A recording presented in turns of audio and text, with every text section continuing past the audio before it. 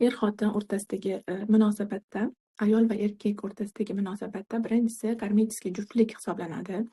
Demak, bu karmический juftliklar birinchi, ikkinchi chakrada uyg'unlashadi va bu yerda birlashtiriladi.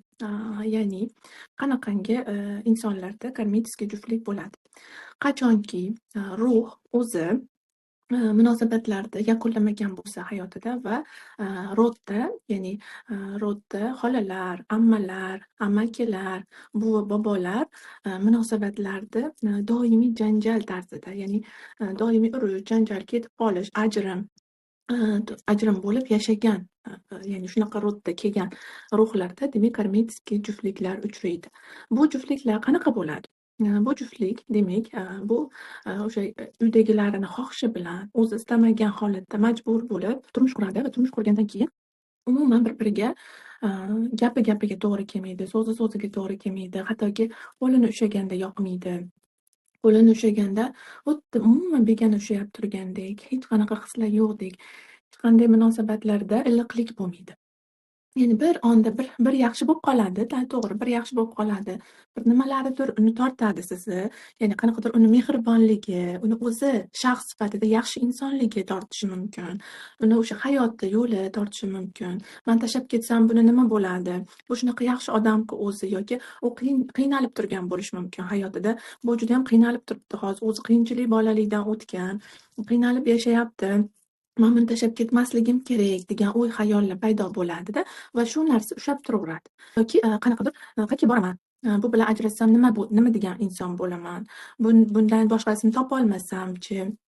degan o'y-xayollar sizni birlashtiradi va lekin siz u bilan birga bo'lganingizda yaxshilanmoqchi bo'lasiz, hamma narsani to'g'irlamoqchi bo'lasiz, lekin uni ko'rishingiz bilan sizda yaxshilanmasligiga, ya'ni sizda his bo'laveradi. Siz hech ham uni u bilan gaplaringiz to'g'ri kelmaydi. Ko'p xiyonat bo'ladi. Ko'p shu janjal, to'polon, urush, ya'ni doimiy konflikt asosida yashanadi. Bu doimiy konflikt, doimiy kelishmovchilik, doimiy urush, janjalda yashalinadigan juftliklar bu demak karmический juftlik deyiladi va ular birinchi va ikkinchi chakrada birlashadi. Ya'ni qanaqa ma'noda? O'sha ularda faqatgina uy-joy, odamlarni nima deydi degan gap-so'zlar va intim munosabat ushlab turadi xolos. Kimnidir hayotida agar karmический juftlik uchragan bo'lsa, demak uni rodi, ya'ni ajdodi hal qilmagan.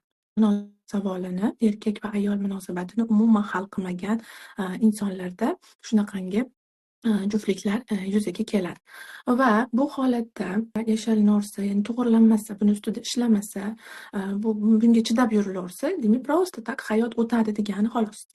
Hech narsaga kelinmaydi. Lekin agar inson shuni anglab turib, demak menga karmический partnyor kelib qoldi deb turib, o'zini ustida chuqur ishlasa, ishlab o'zini ustida va turmush o'rtog'ini, endi albatta turmush o'rtog'i ishlamaydi, o'zini ustida chuqur ishlasa, bundan o'tib oladi, buni hal qiladi.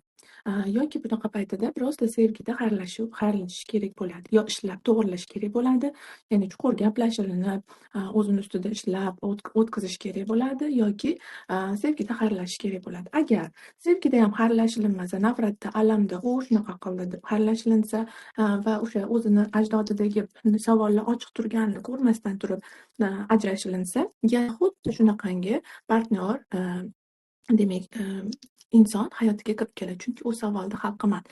Bunaqa inson karmический juftlik nega insonga keladi? Shu karmический savolda, ya'ni shu erkak va ayol o'rtasidagi nafrat, ya'ni chiqishmaslikdan, chiqisholmay qolishdan, gaplasholmay qolishdan, o'sha yaxshi yashamaganlikdan nafrat, alamni yakunlash uchun. Ya'ni anglash kerakki, inson просто uni inson emas. Ya'ni biz asosan agar shu turmush o'rtog'imiz bilan hayotimiz yaxshi bo'lmasa, boshidan o'zi bizda ham hech qanaqa his bo'lmagani unga nisbatan. Biz ham o'zi majbur bo'lganimiz, yo moddiyat tomondan yoki ota-onamiz bizga majburlab bergani yoki kimgadir yoqqanligi uchun biz yoki vaqtimiz o'tib ketib turganligi uchun o'zi turmush qurganimizni eslamaymiz-da, ya'ni u joylarini o'ylamaymizda, jahlimiz chiqib, nafratga, alamga kirib, bu shunaqa qildi, ajdodimizga ham qaramaymiz, hech kim hal qilmagan. Nima baraka topkur, oilamizda xolamiz ham ajrashgan, amakimiz ham ajrashgan, tog'amizda ham yaxshi hayoti bordi keldi, yoki yashasayam boradi keladi, yoki umuman chiqisholmaydi, yoki masalan, bizda bor, bitta hovlida yashashadi, lekin u yoqda boshqa, bu yoqda boshqa, ya'ni bitta hovlini narigi chekkasida amakim, bu boshida xolam yashaydilar. Ya'ni ko'rasiz, ya'ni bu karmический munosabat, bu birga bo'lish emas. Ya'ni chidash, bir-biriga chidash deyiladi. Endi shunaqangi oilada bo'lgandan keyin albatta bunaqangi insonga karmический inson keladi.